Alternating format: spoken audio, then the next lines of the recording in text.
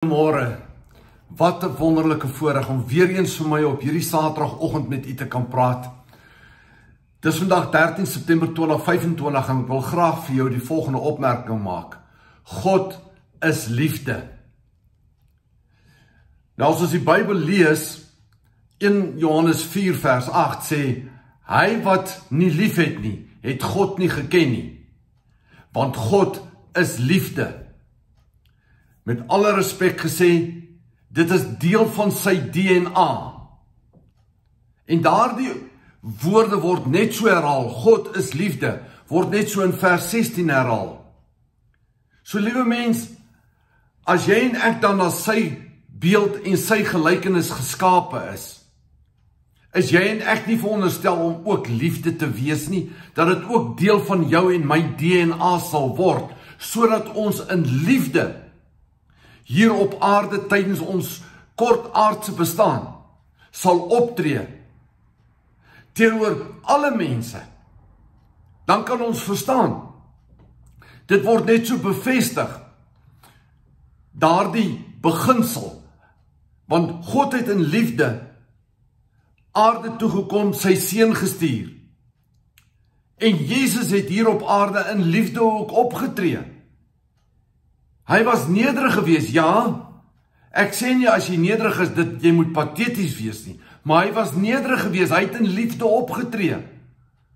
En so word het van jou en van my ook verwag, dan kan ons verstaan, dat 1 Korintiërs 16:14 vir ons sê, laat alles by julle in liefde geskied. Wat is alles? Letterlik alles.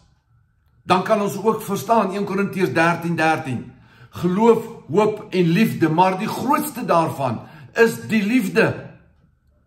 Dit is wat van jou en van my verwag word, en inteendeel, dan sê Lukas 6:27, ons moet ook ons vyande lief hê.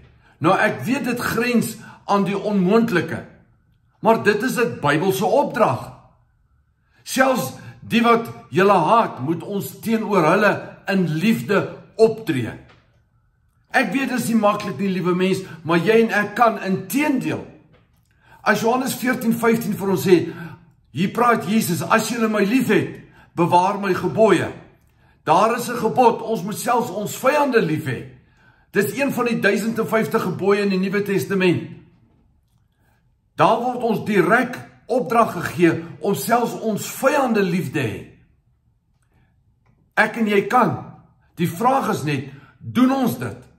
Of sal ons eerder bloot omdat daardie persoon my te nagekom het, en ek praat altyd eers met myself, omdat daardie persoon my te nagekom het, sal ek eerder hom in die grond wil intrap, of haar in die grond wil intrap, of negatief oor haar wil spreek, in plaas van om in liefde teenoor haar of hom op te tree.